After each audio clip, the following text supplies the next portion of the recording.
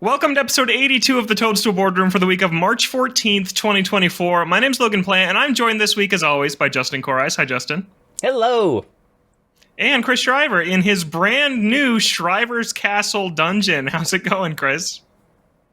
Oh, man, it is a missed opportunity to not have the, Bowser's Castle music ready to go. Yeah. I know. Maybe I'll add it in post. Like a Super Mario Brothers, Koopa Castle type thing. Yeah. So if you're watching the video version, you can see Chris has moved his office space and his recording space downstairs. He also has a copy of Earthbound that is on top of a box behind him, but our logo might be cutting it off. I just saw it beforehand. Yeah, it looks like it. But Chris, how you liking the new space? I actually, when I moved down originally, when I was in the process of doing it, was very frustrated while I was doing it. I've moved this desk, I think, 3 or 4 times. It's a 9-foot desk. Yikes. And then there's a 6-foot one to my right here. Or 4-foot. And it's just a lot of effort. It's fully legs. You got to unscrew them. You got to put everything. I got to wire everything back up. But I don't foresee myself moving from here in quite a while. Mm-hmm. So it's been good. I've actually been able to focus a lot. I will say to listeners and apologize to listeners in advance. This is an open basement. As far as soundproofing is concerned, I have not set anything up yet. There is a heater behind me, so if that kicks on and you hear it, I have NVIDIA broadcast turned on. It should handle it, but if you do happen to hear it, please let us know. We did get some feedback about some of the audio issues. We think we've worked a lot of those out. So please let us know if that does come up and that does bother you, and I will do my best to build a cave of blankets down here for you, our dear listeners. For what it's worth, Chris, on my end, you sound really good, actually. Mm-hmm. Oh, well, thank you. Nice. Yeah. Good. Well, we've got a great show for you this week. A lot happened. We're going to be talking about a Mario Day, a Luigi Year, and a Princess Peach demo, so lots to get to. Mario Day was full of announcements. Aren't you guys happy that a penguin didn't leak all of them beforehand, and we got to just experience them all ourselves? Yeah. Yeah, the more we can get by without penguin links, the happier I'll be. Yeah. In the I laughed out loud at this in the Nintendo Voice Chat Facebook group. Somebody posted a picture and it said what Logan wants to do with the Nintendo Penguin leaker, and it was Mario holding the penguin over the side of the cliff. I knew it. So yeah, that was fantastic. So props to that listener. But we're gonna talk about what did happen at a Mario Day. One thing we didn't know that was coming was Nintendo and Illumination announced that they're teaming up again. We got a tweet from Miyamoto from all Nintendo accounts. He let it off saying with a brilliant introduction, "This is Miyamoto.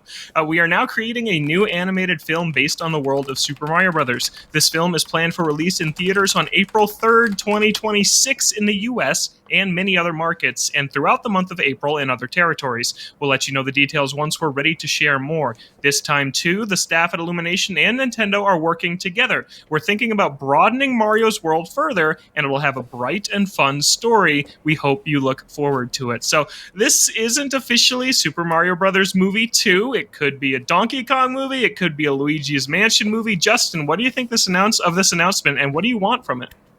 Yeah, I think you are right to call out that they didn't call it a sequel. You know, they didn't just put up a single card that says the sequel to the Mario Brothers movie is now in development, right? Like it's Breath of the Wild. They are always very particular with their language and very choosy, and they talk about like partnering and expanding Mario's world. So yeah, I think the next project is not necessarily Super Mario Brothers 2. Donkey Kong seems like a slam dunk. You got the assets, got the perfect voice actor for it. He already has some cachet after the first Mario movie. Very easy, clear ties.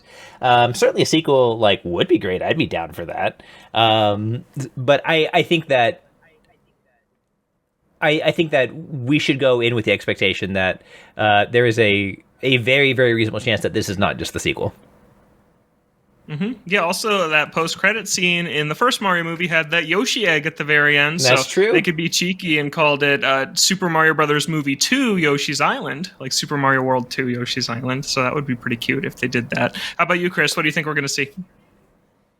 I don't think they know yet what we're going to see. I feel like they're probably early stage storyboarding a lot of different ideas, and they're trying to figure out what is going to look the coolest in the Illumination engine, and what's a cool story that we can tell to introduce more characters without it getting too out of hand for a general audience. I mean, obviously Mario and Donkey Kong are pretty easy to digest. There were enough references there for fans, but it didn't go too far out of the scope of the Mushroom Kingdom and the Jungle Kingdom, as they called it. So, like, I don't think we're going to be seeing like Samus and, you know, like the Smash movie necessarily, but you know, I could definitely see them doing Donkey Kong.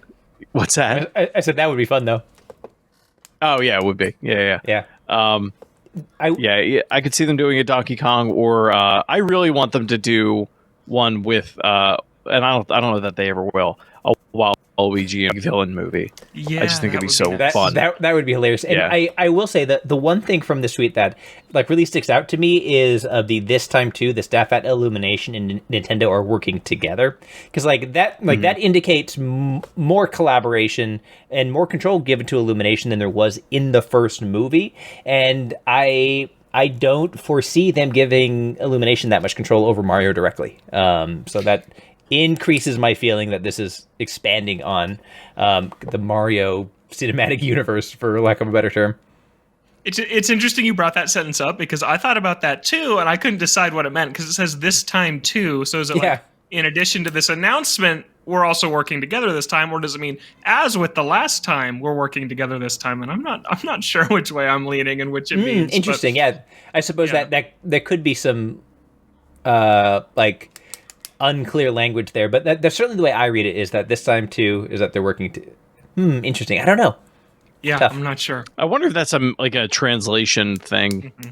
Yeah, because this tweet did go out from every account. Frank, and it was from Miyamoto. There's just a more clear word in Japanese that just, you know, our Scotch taped together language just doesn't quite have a perfect one-to-one for. I can see that. Yeah. That checks out. I am hoping for a Donkey Kong movie. I think it just makes so much sense with the theme park opening, and we've heard maybe rumblings that there was going to be a Donkey Kong movie before, and I think Mario can still be in a Donkey Kong movie. A great example is we've got the Knuckles show on Paramount Plus coming up. That's in the Sonic the Hedgehog cinematic universe, and Sonic is in the trailer for that, so he's at least in like the premiere before Knuckles runs off on his own adventure. I could see something similar like that happening for a Donkey Kong movie, and get King K. Rool on the big screen, get some of the other Kongs. Diddy Kong just had a cameo in the first Super Mario Brothers movie. Let's get him a more active and a speaking role. I think that's what we need. I think that's what's going to happen. Just the theme park, it makes too much sense. They're dedicating an entire zone of this theme park to Donkey Kong when there hasn't been Donkey Kong content in like a decade. So I think that's what this is going to be. I'd love to see a Luigi's Mansion movie at some point down the line. I think that'd be a lot of fun. Or a Princess Peach movie, or a Captain Toad movie, or something like that. But I think Donkey Kong is going to be the first one, because that name is also just so recognizable to mainstream people. Like, oh yeah, I played Donkey Kong in the arcades a long time ago, so I think that's what it'll be. But yeah, it's only 2 years away, so it'll only be probably about a year before we see what this thing actually looks like and get a title for it. So if it hits that date, of course. Who plays Scar in The Lion King? I can't remember that. Jeremy Irons. I don't know why. In my head, I just heard or like imagined Jeremy Irons as King Boo. I don't know why. I just think that'd be like that would be funny. Excellent. Somebody with like gravitas like that. Yeah, like super serious. Kelsey Grammer. I would. There you go. Boo. That would be super fun to see King Boo on the big screen. That'd be awesome. He actually is in the Mario movie for like half a second. He goes to the wedding with King Mom, and which was like one of my favorite parts of the movie, was seeing those two guys in the audience there. A movie I'm on record as not liking very much, but I'll keep an open mind for the sequel. Liked it. It was fine. I've never had the itch to watch it again. And for how big of a Nintendo and a Mario fan I am, I think that's a little bit indicting that it wasn't that great. I saw it a second time, and that reiterated that actually, I did enjoy this. This was a good time. Okay. I should probably watch it again. I'll give it another shot and see. That was only one announcement on Mario Day, though. Nintendo had a lot to share. We did get release dates for Paper Mario: The Thousand Year Door and Luigi's Mansion 2 HD. Paper Mario is coming first on May 23rd, and then Luigi's Mansion 2 HD is coming on June 27th. And I just want to throw out there that I'm pretty surprised that Paper Mario is first, because if you remember when these two games were announced, Luigi's Mansion 2 HD was dated for summer 2024, and Paper Mario was just a blanket 2024, and I kind of thought Paper Mario was going to be a fall game, but here it is coming in May before Luigi, and then Luigi's the last game we know about on Nintendo's calendar besides Metroid Prime 4, which doesn't have a date, so it leaves the second half of the year wide open. Luigi's Mansion 2 HD is going to cost $60, so I want to start there. Justin, how you feel about that price tag for a 3DS remaster, remake? It's kind of unclear what it is right now. Yeah, I mean, this could have been Nintendo Switch Online, let's be honest. Oh, no. Yeah, I mean, I'm always hesitant to, like, evaluate something's value to somebody because everybody's in a different situation financially and how those things tie in together. I will say that, like, relative to what you can get from other games for that price tag, that does seem a lot. And so I don't love that aspect of it. I mean, frankly, that's possibly enough for me to, like, not want to dive in right away, especially given your let's call it lukewarm review of it. And I love the franchise. I loved 1 and 3. But that seems like a lot. And I'm with you. I do share some surprise. I kind of thought that Thousand Year Door was Switch's swan song, outside of whatever the Metroid Prime 4 logo turns into. And so the fact that they're releasing in this order, and honestly, that Paper Mario is that soon, because May is right around the corner. Really soon. Yeah. I was not prepared for it. I'm excited about it. I just, got to get my S together.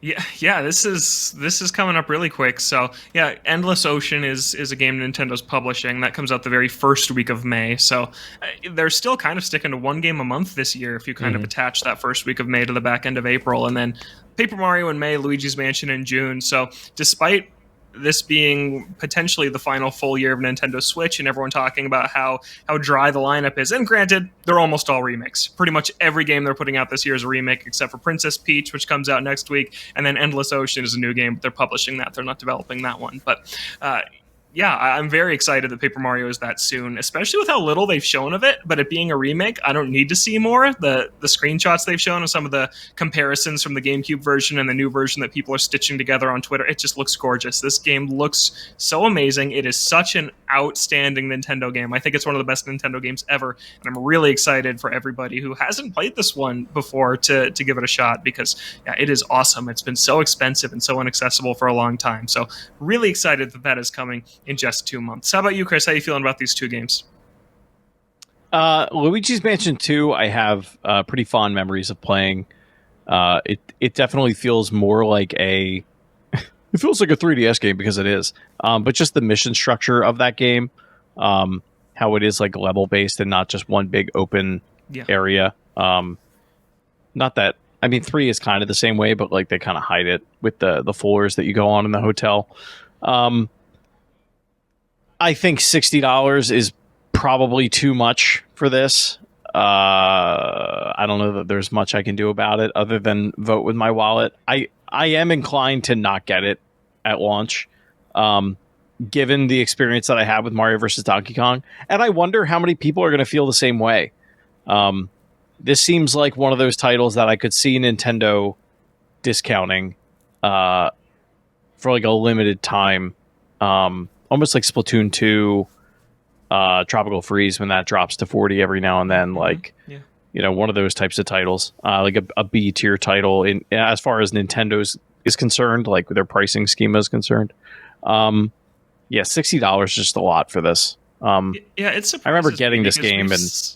Sorry, Chris. We've seen some of their releases vary in price. Like Mario vs. Donkey Kong was $50. A couple other things they've released have been $50. Zelda was $70. We talked about it a lot last year, that they've been really flexible on their pricing. And I was sure Luigi's Mansion 2 HD was going to fall into that $50 range. I'm really surprised that it's not, because even going back to the Wii U era, granted, Nintendo was much more desperate then, but they priced things like Twilight Princess HD at $49.99 and Wind Waker HD at $49.99. And yeah, we've seen it a lot this generation. Also, Miitopia is a 3DS port that they had Grezzo handle, and I don't think that got as much of a facelift as this one looks like, because this game does look very good from the little we've seen of it. I think Luigi's Mansion 2 HD does look nice. Not as nice as 3, but it looks significantly better than just a quick up-res slap on a 3DS game, but I was sure it was going to be 50, so I'm pretty surprised by it. And yeah, given how much I dislike that game, it's probably not one I'm going to recommend when it comes out, but we'll see.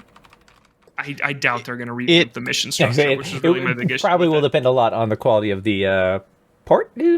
Like, a remake? I don't know. Yeah. I don't know what exactly the right word is for it. Well, and really, like, the bottom screen in that game was just a map. Like, it didn't have any functionality. So I imagine they'll just map that to a button. I will say this, though. Like, I give them credit. I feel like when we first saw this game, lighting looked very flat. When they said it was Luigi's Mansion HD, I didn't think there was much HD about it, quite frankly. I thought it was probably one of the worst-looking Switch games that we had seen. It's probably why we only saw a very, very short snippet of it when they announced it in that direct with Mario RPG and everything. The screenshots that came out from Mario Day, from the most recent, like, quote-unquote trailer, we'll call it that, it's definitely looking a lot better than it was back then. Mm-hmm. Yeah, it's fascinating because they had this big release date announcement, the Paper Mario one. Even the Mario movie is definitely content they could have thrown into a Nintendo Direct last month. Right. I'm just really surprised still at what they did last month with the partner showcase when Endless Ocean was a first-party game they threw in there into the Direct anyways. So if you had that as a new game, release dates for these two games, and you had Miyamoto show up to say that they're making another Mario movie, it's not a great Direct, but that's a Direct right there. I'm just surprised that they didn't do it. And it's almost like they're really prioritizing making Mario Day a thing. They make this... this was a Sunday. When was the last time Nintendo announced something on a Sunday? Never? They don't do that. So I think it's interesting. You know what? The Pokemon starters for Scarlet and Violet were on a Sunday in the US. Oh, okay. Very nice. Nice. Yeah, because I had to work and no one knew it was coming. That's so I was funny. scrambling that morning. Yeah.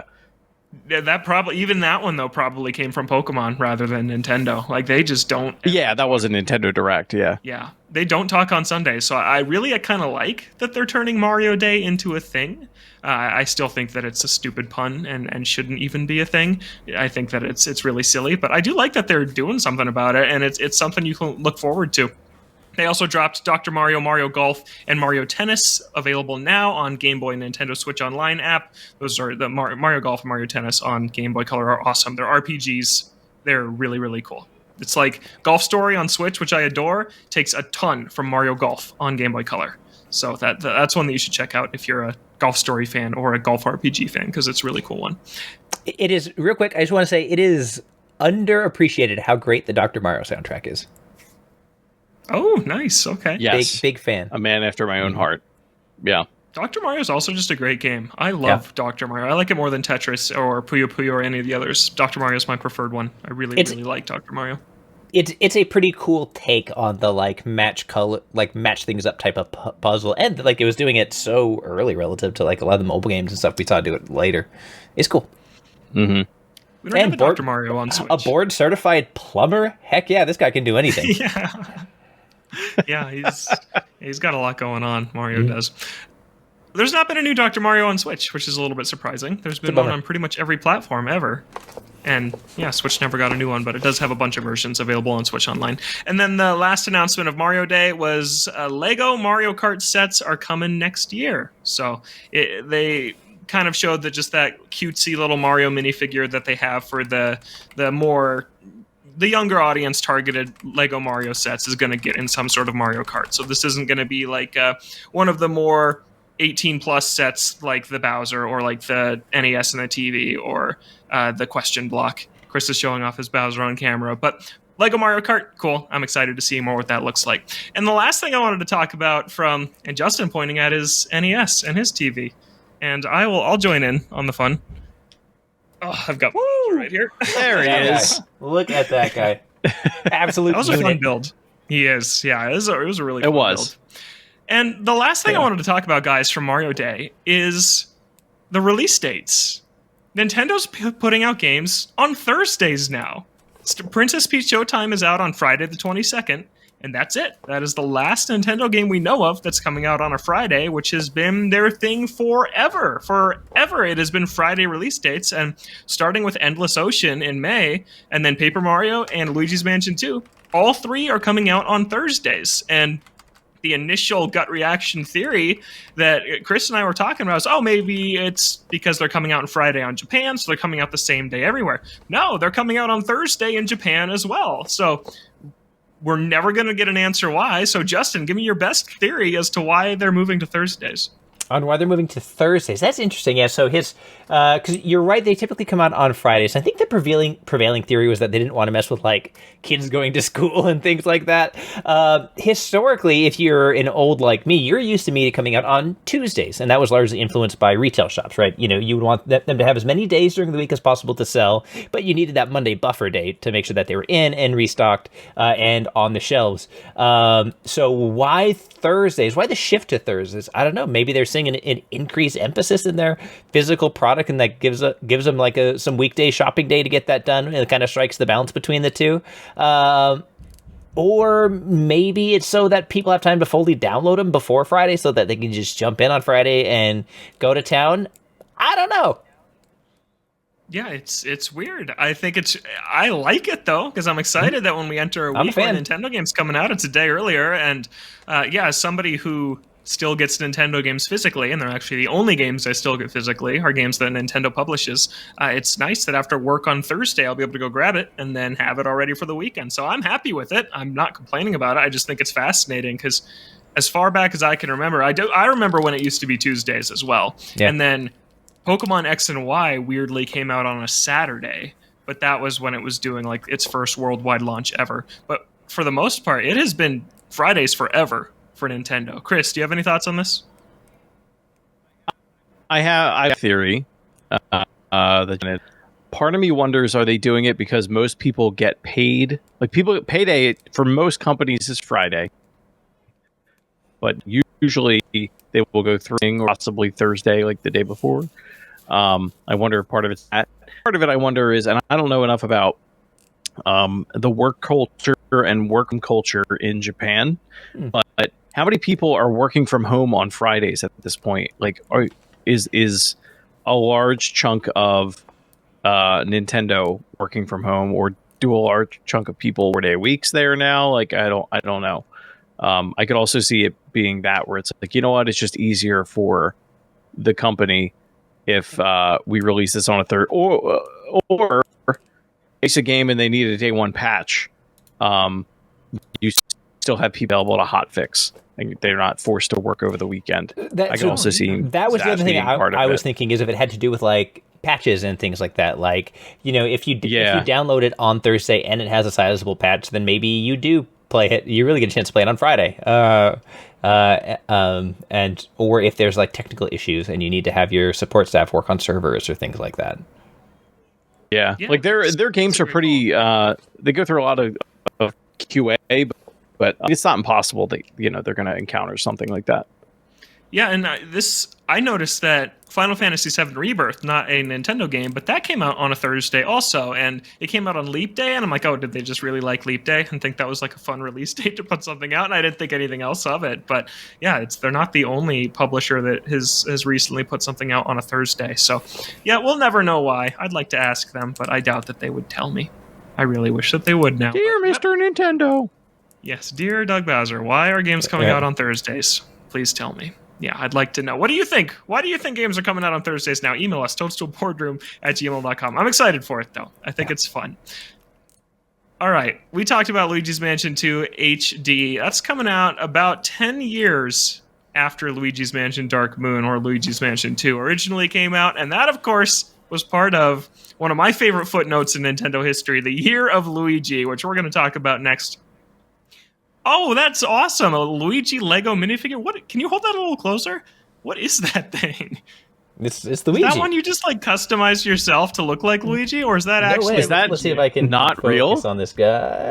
There we go. Look at that handsome face. Oh my gosh, this is terrifying. There we go. Wow! Look at him. That's really good. What is that? It's a Lego. I don't. Is it official? I think so. I don't remember precisely where I got it. It looks official. He's got the weird blocky legs. So I don't remember where I got him. But I love him. He lives right over here. So funny. Check out the video version on YouTube to see Justin's Luigi Lego minifigure. You'll never believe what he looks like. He looks like Luigi. He looks like Luigi, but you got to see it for yourself. You've got to see it. The Year of Luigi ran from February 14th, 2013 to March 18th, 2014. So just 4 days after this episode drops, will mark 10 years since the end of the Year of Luigi, which is why we're doing this Year of Luigi retrospective. What was the Year of Luigi? Well, if you don't know, this was during an era of Nintendo where not much was going on. The Wii U was really struggling. The 3DS hadn't really hit its stride yet. And Nintendo was desperate for any sort of attention, mindshare, marketing, anything they could do. So what they do, they celebrated Luigi's 30th anniversary. They announced this in a Nintendo Direct. It was Iwata who revealed the Year of Luigi in a Nintendo Direct on Valentine's Day in 2013. And they said they were going to celebrate Luigi, and they did so with a ton of games. Luigi's Mansion Dark Moon, New Super Luigi U, Dr. Luigi, Super Mario 3D World, which you may remember had those 8-bit Luigis for you to tap with the gamepad to get coins and stuff that were hidden throughout the levels. Luigi Brothers, which was part of Super Mario 3D World. It was just the original Mario Brothers, like the arcade game, but reskinned where both characters are Luigi. Mario and Luigi Dream Team, and then there were some other celebrations like the Chicago L Train was branded all over in Luigi stuff, decals, merch. There was a Luigi mascot for like a day that rode the L line in Chicago. There was Club Nintendo stuff like a Luigi's Mansion 2 statue that's actually coming back in the UK for Luigi's Mansion 2 HD. There was a 3DS XL Special Edition, and most importantly of all, Nintendo lost $457 million during the Year of Luigi in 2013, which is the most fun fact of all. So let's talk about Luigi and the Year of Luigi. Chris, do you have any feelings towards the Year of Luigi one way or another? Because I have this irrational love. Oh, man. No, I do as well. I remember when it happened. I mean, we were hungry during the Year of Luigi, right? Like, we would take anything we could get. And, like, if we're going to... The Wii U was a tough time, and if we were going to celebrate anything, like, you might as well celebrate one of the most, like, tier 2 characters in all of video game history. Second to Mario. I thought some of the ideas were really clever. I think Super Luigi U is one of the coolest things Nintendo's ever put out, quite frankly. Cool. It's like just an absolutely brutal experience. I don't remember the 3DS XL Special Edition. What that looked like. It's white. It's a white 3DS XL with green Luigi silhouettes plastered all over it, and they're like different shades of green Luigi. I didn't really like that one, but they did put it out. I'm not even sure if it came out here or just in the UK, because for Dream Team we got that pretty ugly silver 3DS XL with just the Mario. I remember that on that one. That was awful. Yeah. No, I'm kind of surprised they haven't done something. We have Mario Day. They celebrate it every year now. And they found success with it. And one thing we talked about as a potential topic is what other type of day would you give to a Nintendo character on the calendar and try to make that fit somewhere? Because someone in a cubicle at Nintendo headquarters stared at a calendar for 3 days trying to figure out, okay, how can we make this, for Zelda or somewhere else. But I think it was desperate measures for desperate times. But there was something cute about it. Like, there was something quirky about just this thing. And it's funny that in the re-releases of games that have come out since then, like Super Mario 3D World, they didn't take it out. Like, you can still see all the hidden Luigis in the Switch port. It's just in there. Mm-hmm. So, like, if you have no context for why that's there, it's like, why is there a tiny Luigi just chilling in here for no reason? And then, like, I just look at it and giggle because I know exactly what it's for. But it was a fun time. I love that they didn't take that stuff out, because it is like a little wink. Like, if you know, like, hey, if you were here for this, you know why this stuff is here. And it's a sweet little Otherwise, it's very confusing. Yeah. Justin, you're still a little out of focus since showing us your Luigi minifigure. Just wanted to give you that maybe my face. Okay, I'll sit right. Okay, I think that's where I'm. Okay, yeah, I'll sit right there. Yeah. Justin, how about you? Any memories or recollections you have from the Year of Luigi that we had? Gotta fix my face. Yeah, so I don't know if we've talked about it, but like I love Luigi. I like Luigi so much more than Mario. He is like by far my favorite of the core Mario characters. To be fair, some of that might have to do with the fact that I'm a younger brother, and so I certainly like relate to him quite a bit. But he's like, he was like my main in Mario Kart over the years, and frankly, anytime we play like a new Super Mario Brothers game or Wonder, like I want to play as Luigi primarily, and so that's kind of my go-to. And so like I love that they did a Year of Luigi. I hate that they picked like the worst possible year to do it, and like. But it's also kind of on brand for poor Luigi to just get dealt the worst possible hand when he does get a moment in the spotlight. So I would love to see them do something like that again. Really, there's only one thing during the like Year of Luigi that felt like a premiere thing, which was the Luigi's Mansion Dark Moon, like his like standalone sequel. Everything else was like a mode or an update or like a small title of some course, or he was with Mario in something. So I like he's a character that like I'm glad the Luigi's Mansion games exist because he gets a spotlight. I wish there were more games that gave him more of a spotlight because I just find him such a more interesting character. The fact that he is constantly overcoming his cowardice, which is real bravery, is something that always sticks out about the character. I thought it was I thought it was very cool that they did the year. I did find it frankly a little disappointing ultimately that they didn't actually do more in the Year of Luigi to really celebrate it and really push like Luigi as a star into the forefront. Yeah, it's interesting because I know Justin is a much bigger Luigi fan, like you were just saying. I feel like if you polled 1,000 Nintendo fans, over half of them would say they liked Luigi more than Mario. I feel like he's the more popular among Nintendo fans. Like, I think that people tend to like Luigi more just because he is not as mainstream of a pick as Mario. Chris, are you more of a Mario or a Luigi fan? In my bones, I'm more of a Mario fan, but like Luigi just has more personality. Largely because of Luigi's Mansion. Like that series has really given him more character than probably most other games have given any other Nintendo character. At least in the Mario universe. Yeah, for sure. Yeah, although I will say, if you grew up with like the Super Mario Brothers Super Show and things like that, like he had a pretty a firmly established personality then too, and so like and like even as far as back as then, I was like a strong preference.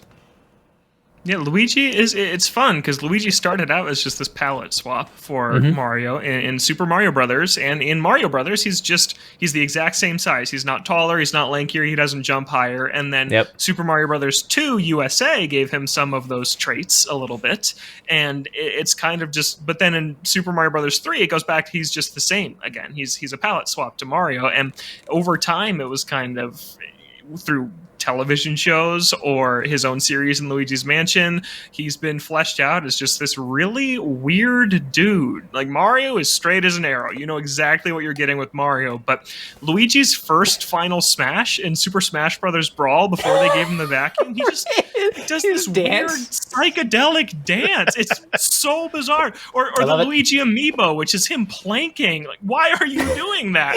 He's just and then the fact that that's like a taunt of his. Yeah, he is so weird. And that's part of what's so fun about him. And I will say, like, going back to the early days, like, you're right, like, in-game, he was literally just a palette swap. But if you had the instruction manuals, like, you would see, like, pictures of him, and, like, he did have a different frame. Like, I have a distinct... The earliest memory I can conjure of seeing a different-looking Luigi was, like, the original, like, Golf or what have you, or like whatever the first golf game was, like NES Golf, where you see a picture of like Luigi in the instruction manual, and that he's got like a little bit of a round tummy, but he's not built like a refrigerator like Mario is, and so even if that hasn't always been something that's been in games, that has long been part of like how he's characterized.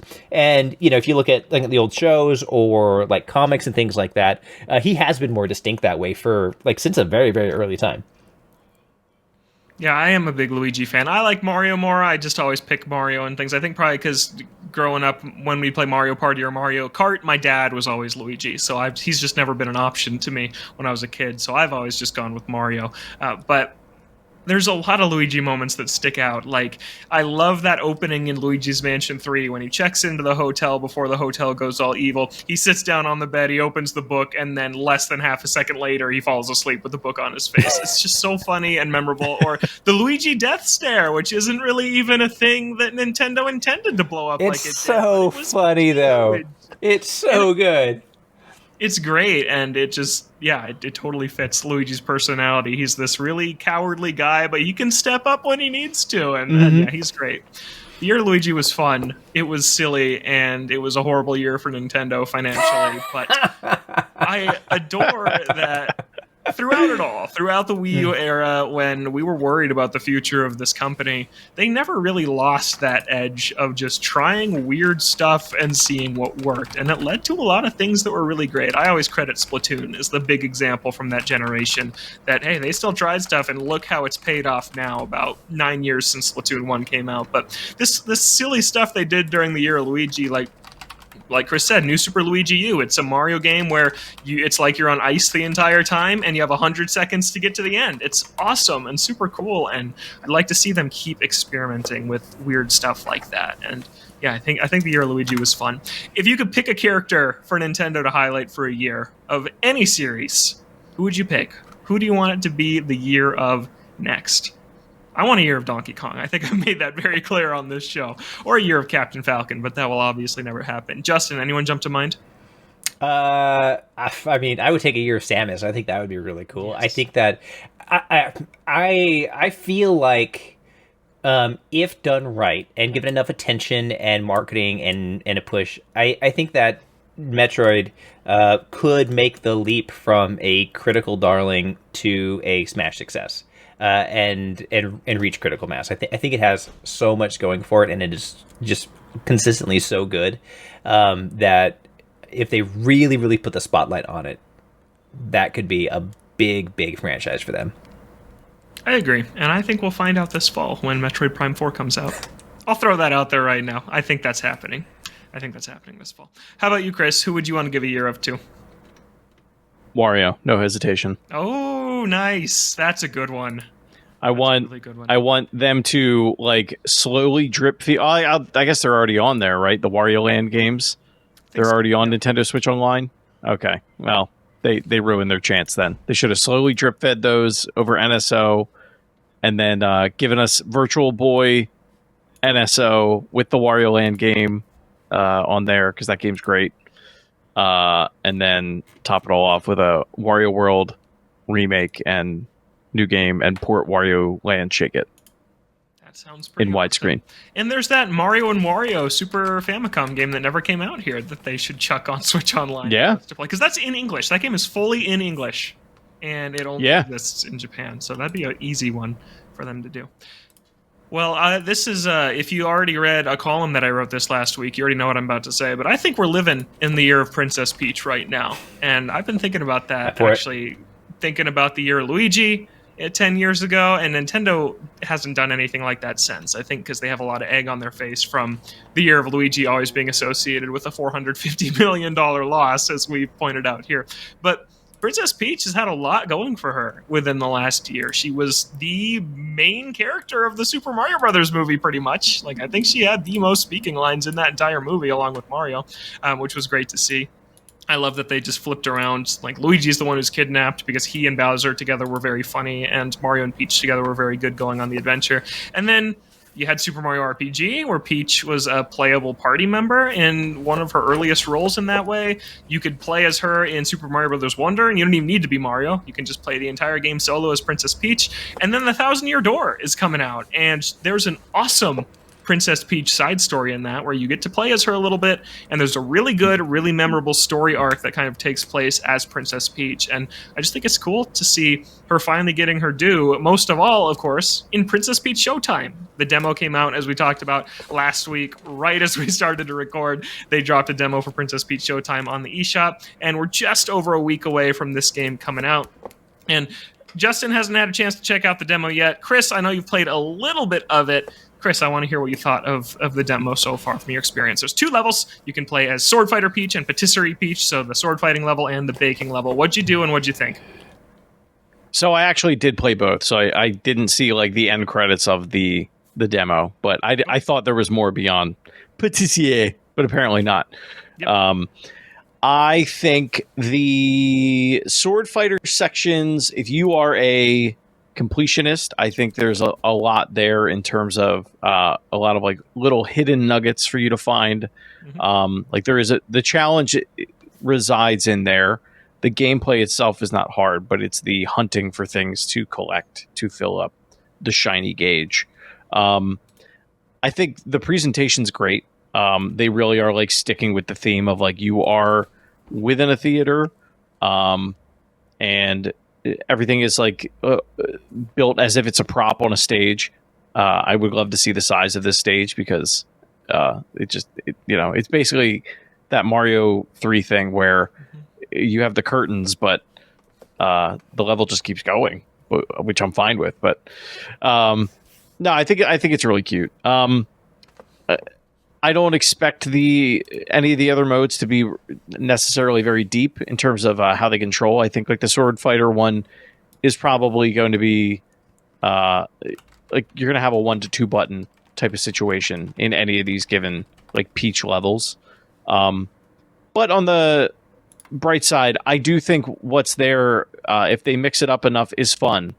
I think I wonder how much the onus is going to be on the player. Like, if I go into it saying, all right, I'm going to do all the sword fighter levels first, I hope they don't let you do that. That's probably a bad way to play this game because I could see it getting very repetitive and very tiring. There's just not enough there on the bone. But I think because the levels are short enough that if you're jumping between the types of level that you're in, the type of Peach that you're playing as, it could keep it more interesting. So I'm picking this game up. I don't know how long I'll play it for necessarily. I'd like to see what the other Peaches do and how those levels play, and maybe do 1 to 3 or 4 of each of them. I thought the Patisserie one was very fun. It definitely is minigame-esque, but there also is like a skill side of it where like you do want to get the timing down when you're dropping toppings onto these different desserts. And really what's a shame is like at the end is when it really got to be like, okay, now it's getting interesting. Because they show you a design like pretty quickly and like you have to make it in a relatively short amount of time. But there was only really like one of those. So as soon as it got like challenging enough where I was like, ooh, okay, I really got to like focus on this, it was over. And I was like, I hope the game as it goes on gets more difficult like that. I understand obviously it's a demo and it's the first level, but it'd be cool if it was like, wow, the Patisserie levels get like nuts at the end of this. Yeah, I was optimistic about the game after playing the demo. I think that so finally we learned how this game's actually going to work, which Nintendo didn't tell us themselves until they dropped this demo. And basically what the demo is you're in this lobby and you can go to this door, and that door is the entrance to the Sword Fighter level. And you play through the Sword Fighter level. There's 10 collectibles to find. I didn't find them all on my first go through in the demo, which is great. Yeah, I didn't either. Yeah, I'm usually pretty good at finding collectibles and platformers, and I think about something like, I don't know, Super Mario Bros. Wonder or Yoshi's Woolly World, where I was pretty good at completing a level all the way the first time through. Donkey Kong Tropical Freeze is not like that. There's some really hard things hidden in those games, but I was encouraged that I did not find all of these 10 collectibles in the first run through, because that's incentivizing to go back, and that's something for me as an older player to go and do in a game that definitely seems towards a younger audience. So I was encouraged by that. I think the presentation is really nice, like Chris was saying. And then I liked the patisserie level a lot because, like Chris said, you have to decorate these desserts and you're on a timer, and there's collectibles at stake for how well you do in decorating these cakes and how quickly you decorate them, and kind of the kind of unclear in-game score system for decorating these cakes. And I really, really like that aspect of it because I did pretty well in my run through in the demo, and I'm assuming if you just don't decorate at all, it still passes you through the level. But if you want to get all those collectibles, you have to decorate those cakes fast and efficient and accurately, and I really liked that. So yeah, I think that I'm glad that they dropped this demo so people can actually see what this game is really going to be like. And just today, Nintendo published a Q&A on their website about Princess Peach Showtime. And one of the things it says is, if you find a transformation that you really like, the fun isn't over once you finish the play you found it in. You may see it again in plays on later floors. So finally, that's the first confirmation that, hey, there's multiple levels that feature these transformations. They're not one and done. So I was happy to see that they're finally saying that as well. So yeah, we'll know more in just about a week and a half when this thing comes out on the 22nd, and I'm excited about it. I don't think it's going to be up to that kind of Luigi's Mansion stuff that we were hoping for. Based on what I saw in the demo, it does seem kind of targeted a little bit younger, but I'm excited about it, so yeah, we'll see. Justin, how about you? Are you still planning on picking this one up? Because I know in the pre-release, you've been high on this one with me, where Chris has been a little lower. Yeah, I am. I will say that's with the big caveat that it comes out right while I'm at PAX, so that's going to be a little bit tough. And I'll probably be trying to wrap up another review at that time. So I may not get it day one, but it'll definitely be.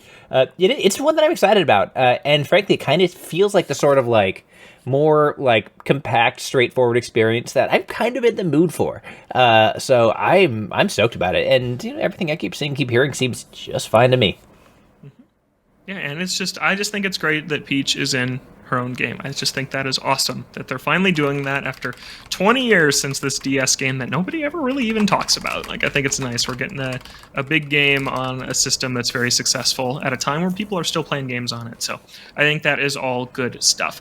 So Princess Peach Showtime out on the 22nd, the final Friday release that we know about from Nintendo until they switch to Thursdays, which I'm going to keep talking about because I think it's bizarre. Let's get into EGAD's emails to wrap up the show here. You can always email the show, toadstoolboardroom@gmail.com, or find us on Twitter @toadstoolbr. This one comes from John, who says, the Nintendo Switch is home to a lot of indie titles. It has enough market presence that even bigger studios are porting games to it, even recent ones that don't run particularly well or look particularly good, like Red Dead Redemption and the Arkham games. Meanwhile, the newer consoles from Sony and Microsoft feel like they're lacking in games that take advantage of their hardware. So my question is this: with the continued existence of Switch as the lowest common denominator for gaming, is the industry as a whole, outside of first-party studios, feeling held back from being to take full advantage of the hardware of current-gen consoles?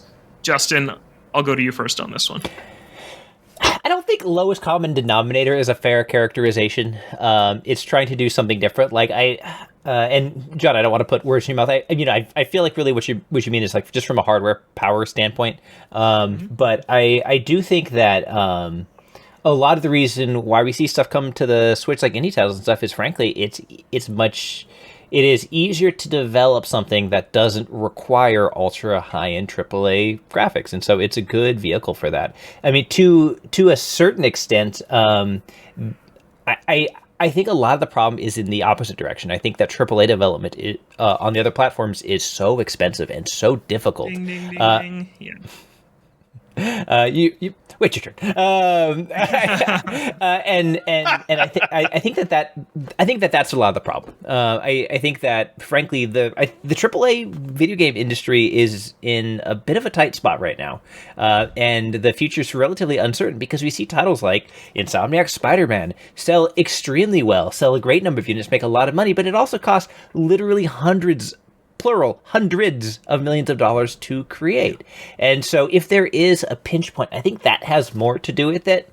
Now, that being said, given the size of the Nintendo Switch's install base, I absolutely do believe that that developers who have something that like could go one way or the other have a pretty strong incentive to develop something that from a spec standpoint could run on it because of, almost 150 million units like on the market. So are there cases where like that might be having an impact? Yeah, probably. I think that's fairly reasonable.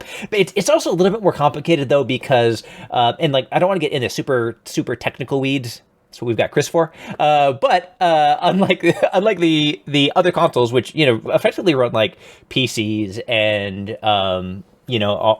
to a certain extent can just sort of scale between them. The Nintendo Switch runs on completely different architecture with a completely different type of chipset. So it's also one that's not as simple as like just make it to this spec and it's going to run the same thing the same way. It's a little bit more of a different beast to try and tame to put things on, which is why you see people like Nintendo make things that still continue to look incredible, and other third parties make stuff that you think in theory should look and work great on the Switch and kind of don't. So yeah, I think it's a multifaceted issue, but I think most of the blame lies in AAA development. Yeah, I think Justin nailed it. I think that hardware, the PS5 and Series X are simply more powerful than they need to be. I think that they're too powerful to the point where it is extremely taxing for developers to push them to the point where people expect them to. People are expecting this generational leap that we just don't need. You have a game like Rise of the Ronin, which is coming out the same day as Princess Peach. That's a PlayStation 5 exclusive, and there's people saying this doesn't look good. It looks like a PS3 game. That's kind of looks like a remaster of a PS3 game. And that's a little bit hypocritical to me when there's people saying, oh, I want cheaper games that cost less and come out sooner. And then you get that, and then people complain that it doesn't look good enough. So it's this huge problem, I think, with expectations on the next generation consoles. And I think that we've talked about this before. I think Nintendo's being really smart in that what we've heard about the next console, who knows if any of it's true, but it's not going to be a huge power pusher like the PlayStation 5 and Series X. It's going to be a big step up from the Switch, but it doesn't need to be this 8K capable 120 FPS machine with ray tracing and a million teraflops and whatever else they're touting, because it simply takes too long and too much money to make games that take advantage of that hardware. So no, it's not Nintendo, because even there's so many games that aren't coming to Switch, like Rise of the Ronin, that people still don't think are taking full advantage of the hardware. It's just the industry's not in a place to develop for hardware this good. Its hardware is outpacing what people are able to create and how many people it takes. It's interesting because it's like the first time this has happened this way. Usually at the end of a generation, you feel like developers are being held back by the hardware and it's time to let them move on, and then they just unleash all this stuff on the next gen. But this one was like, how many games that come out on PS5 are still PS4 games? It feels like well over half of them still. And that has nothing to do with Switch either. So, no, I like where Nintendo's positioned a lot right now. I know people are sick of the Switch. I know that maybe two people on this panel with me are a little sick of the Switch and ready for something new. Yeah. But the PS5 and Xbox Series X aren't the answer. They're too powerful. And I think that's what we're seeing more so than the Switch holding anything back. How about you, Chris? Anything to add on this one? Oh boy, do I! There's a lot. This is a multifaceted. I mean, like Justin said, this is multifaceted. I think a lot of it depends on the game that's being developed. Like, look at a game like Penny's Big Breakaway. Like, that's a studio that they have to consider. Okay, our target audience is probably going to lean younger, and you would expect that most of those players are probably playing on Switch. So they're a studio that, with that game, they're going to say, all right, we want this to be able to run on that hardware. And the results, I mean, it's clear as day. That game runs at 30 FPS on Switch. It's getting a 60 FPS patch for Switch like in the next week, actually. No kidding. Wow. Yeah. Mm-hmm. I kind of wish I hadn't bought it yet, because I would have totally played it on Switch, but oh well. Yeah. But I think you're seeing those types of considerations being made. And they're being made responsibly. I'll put it that way. Then you have the inverse of it, where you have studios like Blizzard and EA who put Agents and Overwatch and these games that are just too big for the Switch's britches, and they shouldn't run on there at all, and they kind of don't. Like they're sub 30 games. Struggling to run on that hardware, and I understand that they want a bigger install base on their on these multi-platform titles, but they shouldn't be there. Now, you look at a game like Baldur's Gate 3, which PC release, the Xbox Series X release was delayed because of largely it having to target the Series S. I think that console, more than maybe any other, is probably the biggest hurdle that developers that are targeting current gen consoles probably have to overcome, because they're going, geez, we have to develop for the Series S. And then they go, well, we might as well port it to the PS4 anyway, because we're basically almost there.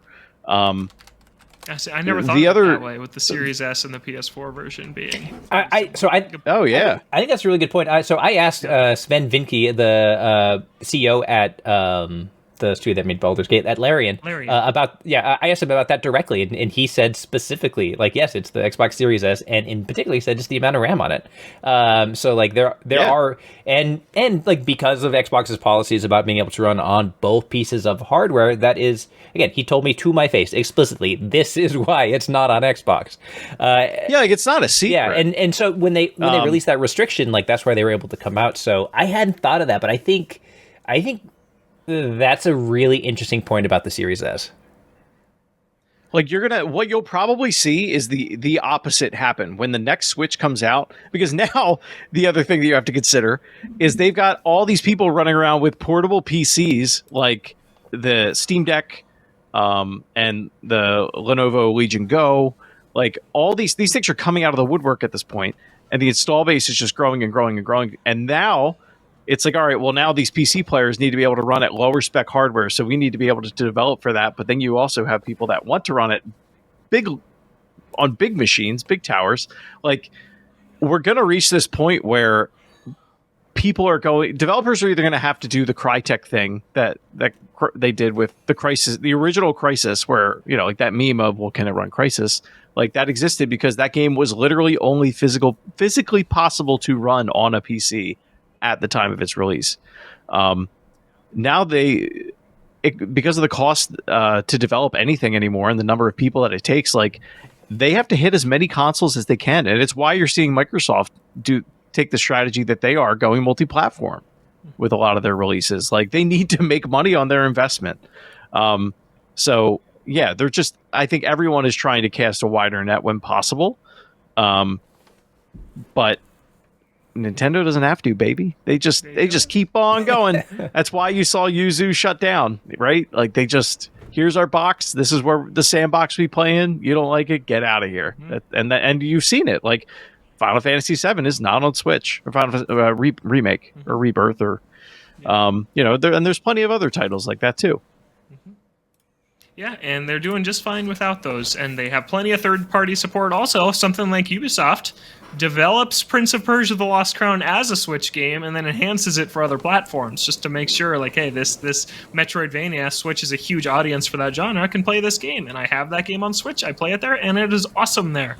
And so there are still examples of third parties who do that, but I still wouldn't say that is holding the other places back, because 2D Metroidvania doesn't need to blow the world away in terms of power and graphics, and it does look very good. So, yeah, I think that Nintendo's doing just fine. They're not holding anyone back. I'm excited to see what their next hardware is. And most interestingly, I'm excited to revisit this conversation in 2 or 3 years when the Switch 2 or whatever it's called is out, not the Switch Attach, if you saw that silly rumor running around. And our game's still going to be coming out on Nintendo Switch in 3 years, because the PS4 or the PS5 is almost 4 years old, and we are still seeing as many PS4 releases as ever. And I expect the Switch to switch whatever's next to be a pretty sizable jump. And I'm really curious to see if developers are still going to support this massive, massive install base on Switch.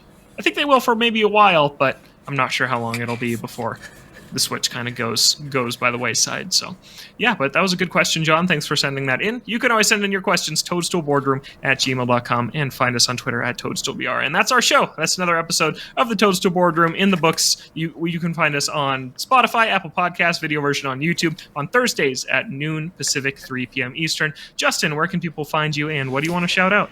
Oh man, I've done a lot lately. So you can find me on Twitter at KOREIS. If you go there, you can see my recent review of the early access game Nightingale, and also my preview for season 2 of the finals, which both just went up on IGN.com, and just a ton of Helldivers guides I've done over there. So that's a good place to find my stuff. I'm going to be starting on my next review soon of a very well known baseball title. Which comes to Switch, so I'll talk about it here a little bit once I get my hands on it. Awesome. Chris, what do you want to shout out, and where can people... Oh, and if you see me at PAX East, say hi. Oh, yes. Take a selfie with Justin. It's a once-in-a-lifetime opportunity.